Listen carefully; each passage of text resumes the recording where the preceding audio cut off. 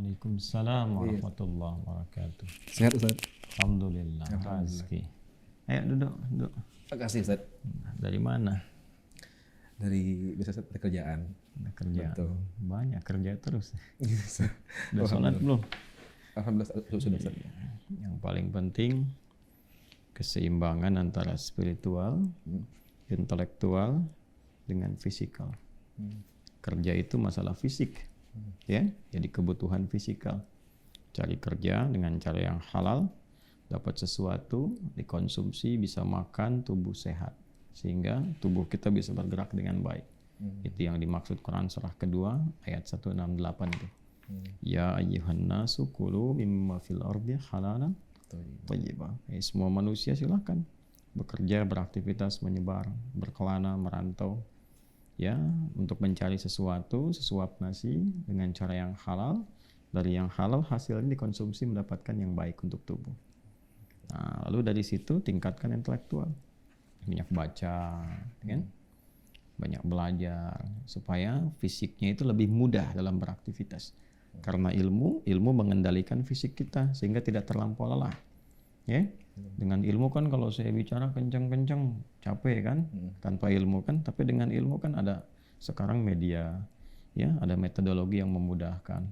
Dulu orang adzan nggak pakai mic kencang kan, suara bisa cepat habis. Pakai ilmu, pakai mic, jadi mendayu-dayu sekarang ya, tapi tetap kencang kan.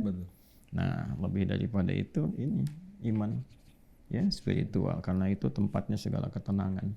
Jadi kalau nggak diisi sama fisik, nggak makan, lelah. Ilmu nggak makan, nggak banyak baca, nggak belajar, nah, sama beberapa sel otak kita juga akan lelah dan mati. Dan nanti ya dampaknya kepada fisik juga sangat berbahaya. Ya. Kemudian kalau spiritual nggak dapat makanan juga lelah, gelisah, kan? Banyak orang karena gelisah itu berbuat yang tidak pantas, bahkan ada yang berusaha mengakhiri hidup dan sebagainya. Nah, jadi yang paling utama itu ini spiritual, karena kalau ilmu menggerakkan fisik, kalau spiritual menggerakkan akal dan kemudian dampaknya ke fisik. Ya, jadi diperintahnya dari sini dulu nih. Jadi kalau spiritualnya benar, hatinya benar, ya, isinya semua baik, maka pikiran akan baik dan seluruh kegiatan kita pun akan baik. Ya. Jadi ada apa ini? Biasa Ustaz, Roski kan suka lihat yang viral-viral Ustaz. Apa namanya, sepekan ini Ustaz viral banget soal Jazirah Arab yang menghijau Ustaz. Dan banyak disebut sebagai tanda kiamat begitu Ustaz. Nah itu jadi sedikit menjadi kekhawatiran Ustaz. Roski pribadi gitu Ustaz. Betul Ustaz. Terus gimana menurut Roski? Ya jadi gimana Ustaz ya? Jadi agak was-was gitu Ustaz lihatnya, wah sudah, apakah memang sebentar lagi atau gimana Ustaz? Begitu Ustaz. Jadi viral itu kan ada dua, ya, kualifikasinya. Yang pertama viral pada hal-hal yang baik. Baik itu ukurannya satu, mampu mendekatkan diri kita kepada Allah. Baik itu membuat kita lebih berwawasan yang positif. Baik itu meningkatkan pengetahuan kita sehingga menggerakkan kita untuk beraktivitas pada hal-hal yang mulia. Nah itu kalau ada yang demikian bagus tuh, ya. Tapi ada yang kedua viral yang hanya melahirkan perdebatan-perdebatan yang tidak berujung. Viral yang menghargai argumentasi yang tidak jelas. Viral yang memang butuh kontennya saja, lalu di situ orang banyak berdiskusi tapi tidak menghadirkan hasil. Ya, nah maka yang seperti itu hendaknya ditadaburi sejenak, dipertimbangkan, dilihat.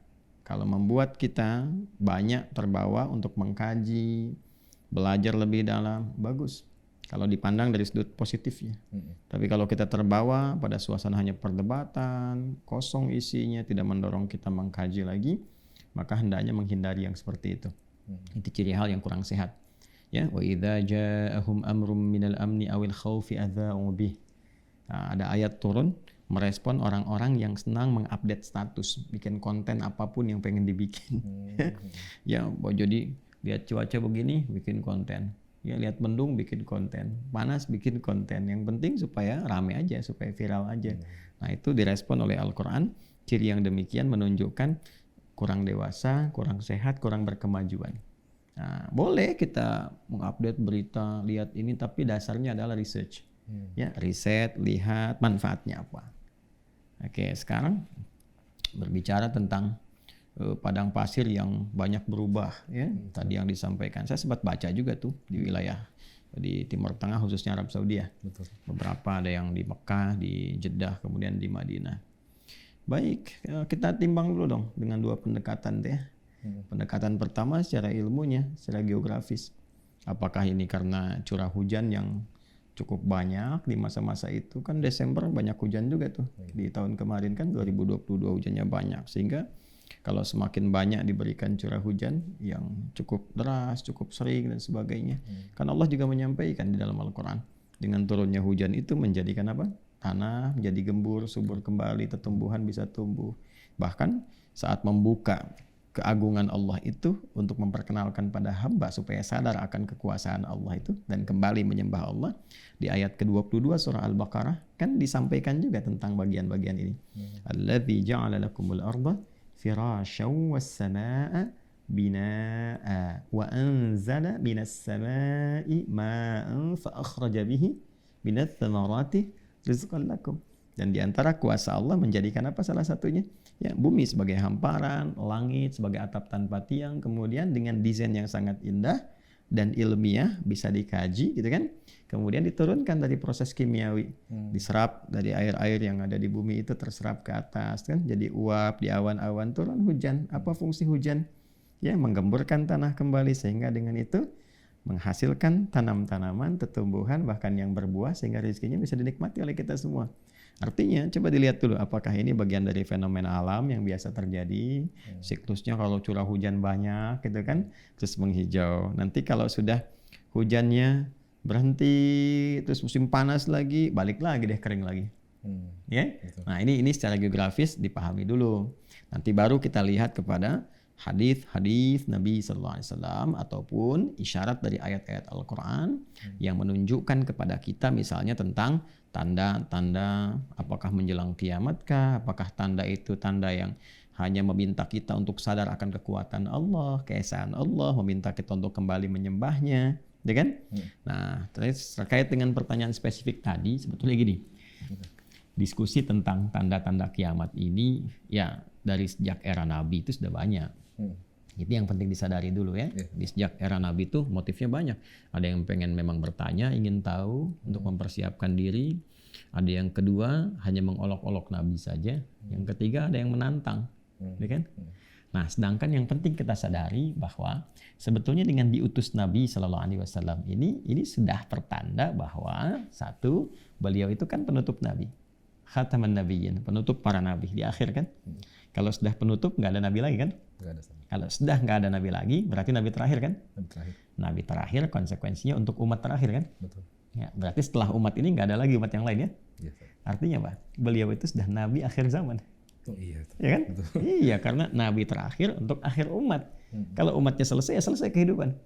Jadi dengan datangnya Nabi Shallallahu Alaihi Wasallam, ini artinya sudah pembuka kebagian di akhir zaman.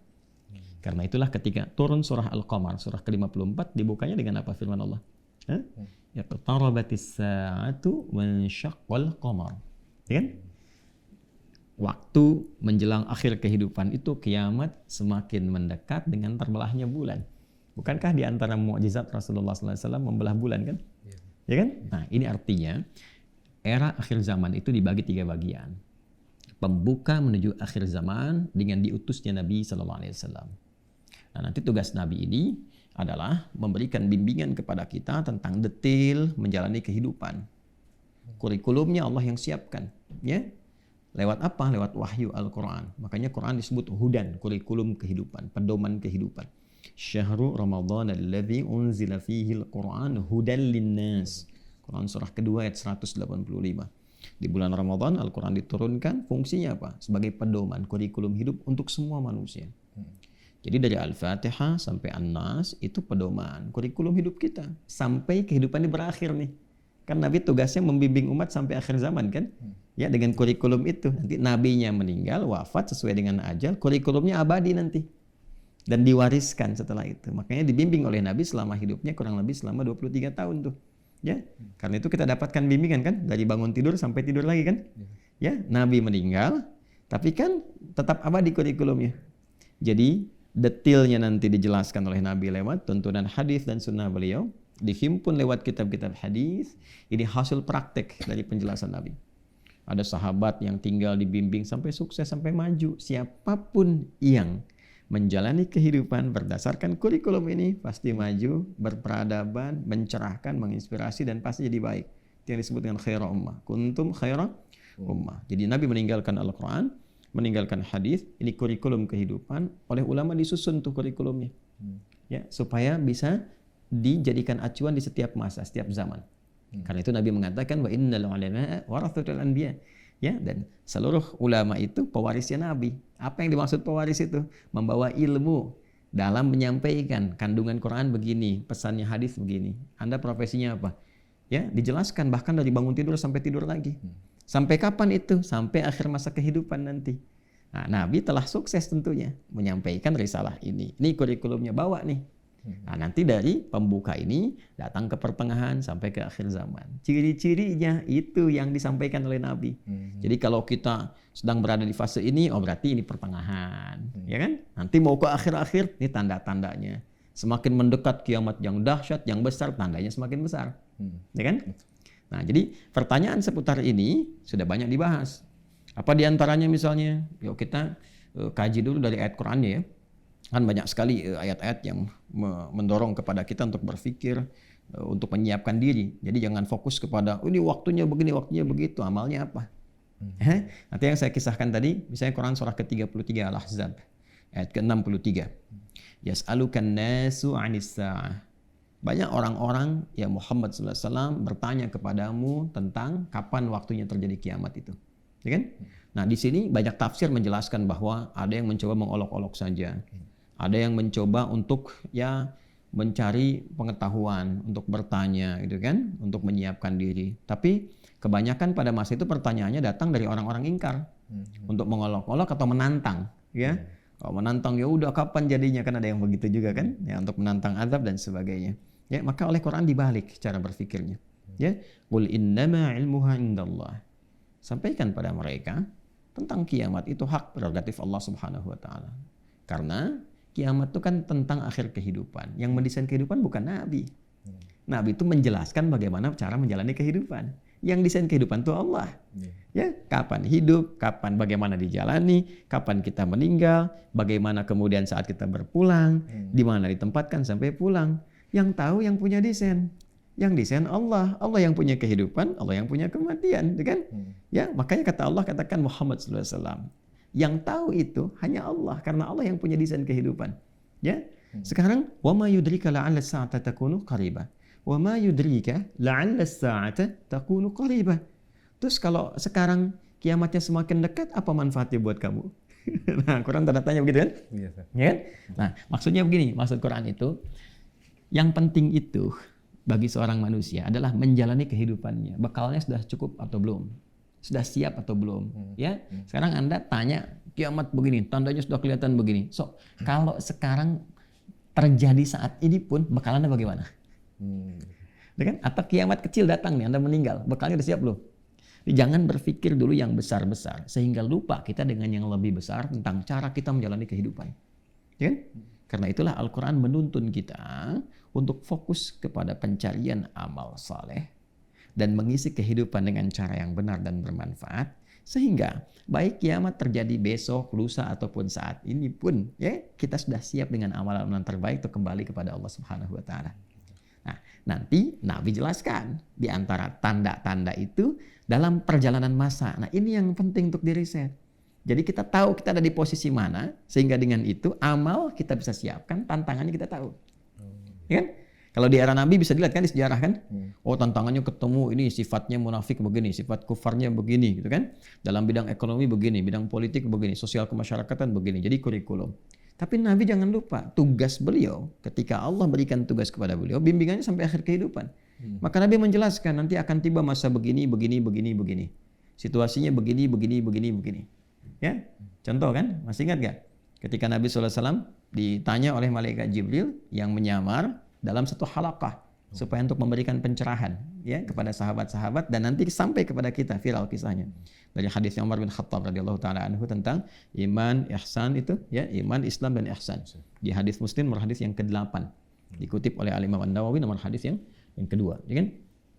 Bainama nahnu julusun 'inda Rasulillah sallallahu alaihi wasallam, kata Umar bin Khattab radhiyallahu taala anhu, tatkala kita sedang duduk santai dengan Nabi sallallahu alaihi wasallam, ittala rajulun syadidu bayadus thiyabi syadidus sawadi sya'ri la yura alaihi atharus safari wa la ya'rifu minna ahadun. Datang lelaki berpakaian putih bersih, rambutnya hitam rapi, kita nggak kenal siapa dari mana dia, gitu kan? Tiba kemudian fajalasa ila Nabi sallallahu alaihi wasallam, dia duduk ke hadapan Nabi sallallahu alaihi wasallam, fa asnada rukbatayhi, menyandarkan lutut ketemu lutut, wa wada'a kaffayhi ala fakhidaihi, meletakkan telapak tangannya kemudian di pahanya, faqala ya Muhammadun akhbirni 'anil Islam. Dia bertanya tentang Islam, Nabi jelaskan. Dia bilang sadaqta, engkau benar. Tanya lagi tentang iman, Nabi jelaskan. Dia bilang sadaqta, engkau benar. Tanya tentang ihsan, Nabi bilang ya dijelaskan, dia kembalikan, engkau benar. Terakhir kan tanya apa?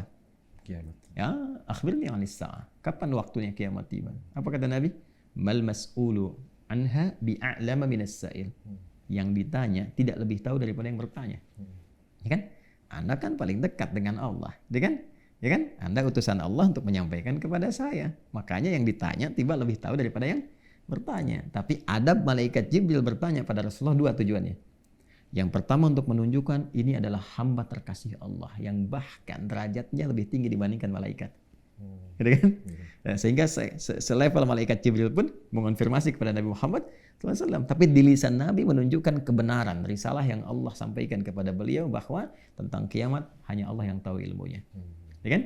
Nah, innallaha 'indahu 'ilmus sa'ah. Hanya milik Allah pengetahuan tentang kapan terjadi kiamat dengan detailnya. Quran surah 31 ayat 34. Yang kedua, untuk mengonfirmasi penjelasan pesan kepada umatnya.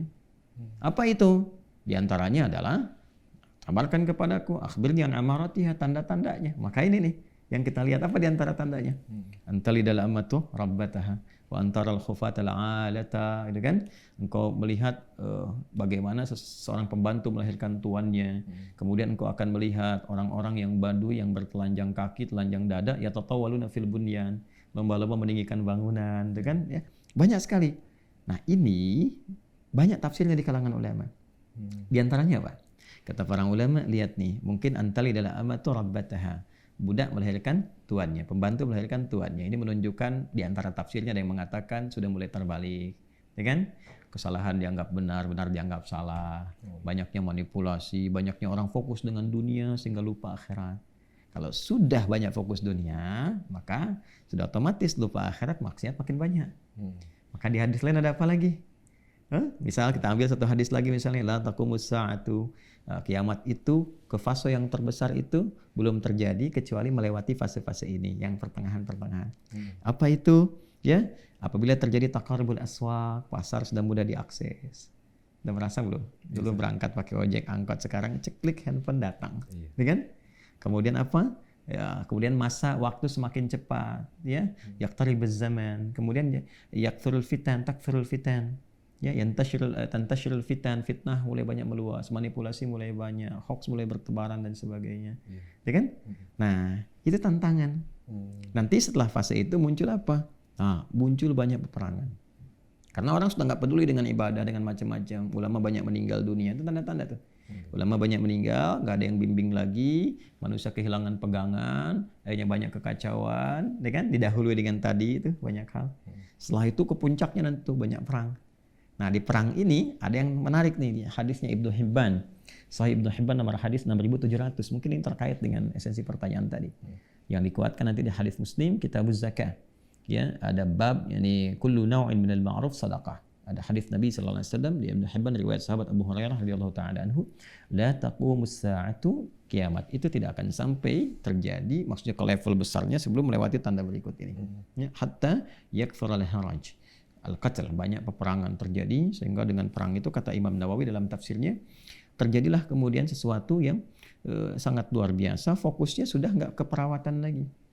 Ya, sehingga banyak korban, ya, perempuan kehilangan suami dan sebagainya, sehingga tidak ada waktu untuk merawat lagi tanaman dan sebagainya, sehingga alam dengan begitu saja curah hujan turun, tumbuh ini jadi yang di apa namanya wilayah bumi Arab itu hatta ta'uda ardul arabi murujan wa anhara. Tuh, hadisnya begitu. Sampai nanti di hampir semua lapisan di Arab itu saking banyaknya peperangan dan sebagainya ini sudah abai sehingga kembali menghijau, ya. Hijau, banyak sungai-sungai lagi dan sebagainya lagi gitu kan, dan seterusnya lagi karena konsentrasinya banyak kepada aspek-aspek yang lainnya. Nah, ada juga yang mengartikan bahwa ya mungkin memang banyak peperangan, tapi perangkat dari itu berkembang dengan bangunan, berkembang teknologi, banyak rekayasa.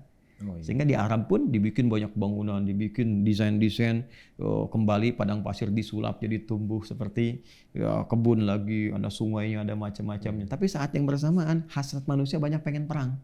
Koalisi ini, koalisi itu, hancurkan ini, hancurkan itu, sehingga korbannya banyak. Ya, mohon maaf, istri banyak kehilangan suami-suaminya. Saat yang bersamaan teknologi berkembang, rekayasa genetika banyak, dan seterusnya banyak.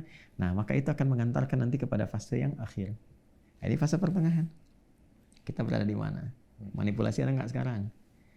Zina marak nggak? Marak, gitu kan? Kemudian kebohongan bertebaran macam-macam. Akses sekarang mudah diakses. Sangat mudah. Ya, peperangan gimana? Iya, 1, 2, 3, 4 gitu kan. Nah, artinya kan belum ke tanda-tanda besar dan tidak harus kita fokus tanda besar kapan nih, kapan tidak. Kita ada di era itu artinya tantangan maksiatnya tinggi. Di titik itulah sesungguhnya pertanyaan terbesarnya bagaimana menjaga diri dari maksiat, nahi mungkar, sehingga dengan itu terjaga di setiap suasana, terjaga di setiap waktu. Jadi akan tiba satu masa ketika nahi mungkar itu lebih bernilai, lebih di atas nilainya dibandingkan amar ma'ruf. Kan? Sholat iya, tapi nanti juga bisa dilihat sholat iya, zina iya, sholat iya, mabuk iya. Kan? Berarti kualitas sholatnya kan jelek kan, bukan sholatnya yang salah, kualitas sholatnya yang tidak bagus. Jadi saat yang bersamaan, yuk kita lihat tantangannya semakin beragam, tapi pahalanya juga makin banyak. Jadi bukan hanya sholat yang berpahala, baca Quran berpahala, memalingkan pandangan dari yang buruk berpahala. Ya kan? Ada ajakan untuk provokasi bikin hoax, kita tahan berpahala. Kata-kata yang buruk ditahan berpahala. Jadi sekali lagi, jangan fokus kepada sesuatu hanya dengan melihat viral, diskusi, tidak. Belajar, cari argumentasi, amati, riset. Hasilnya apa yang meningkatkan intelektualitas kita, apa yang menguatkan keimanan kita, dan dengan ilmu dan iman itu kita mencari bekal terbaik untuk pulang kepada Allah. Ya. Jadi kira-kira gimana padang pasir yang jadi hijau itu? Sudah jadi tanda kiamat belum? Walau alam. Mungkin. Jadi kita tetap lebih fokus ke bekal ya, bekal akhirat tadi. Ya, jadi gini, tidak ada masalah, ada kekhawatiran karena itu bagian biasa dalam hidup manusia. Tapi khawatir itu diarahkan kepada peningkatan pada ketakwaan, ya kan? Jadi khasyah, khauf, nah, itu selalu bersanding dengan raja nanti. Harapannya menjadi lebih takwa, lebih baik, lebih dekat dengan Allah. Dibawanya ke situ. Tapi jangan langsung simpulkan besok kiamat gini sehingga dunia ditinggalkan, nggak ada yang kerja, nggak ada yang gini. Ya habis tugas kita sebagai khalifah di bumi, ya kan? Nah, jangan seperti itu juga, ya. Jadi tetap rasional, tetap lihat dengan baik, tetap lihat tandanya, tetap bahagia, ya kan? Nah, lebih baik baca buku tuh bahagia dalam naungan Al-Quran dan Sunnah. Ya, gitu ya, saya kira ya. Jadi jangan terlalu ya fokus berlebihan, dilihat, belajar ilmu geografinya, astronominya, kemudian setelah itu research, lihat hadisnya lagi, dan dari situ belajar mendekati pada kebaikan, meningkatkan ketakwaan, dan terus bertakarub kepada Allah. Ya, syukuran jazakallah khair ya. Jazakallah khair. Terima kasih Ustaz. Ayo, makasih banyak. Assalamualaikum. Waalaikumsalam warahmatullahi wabarakatuh. Allahumma shalli ala sayyidina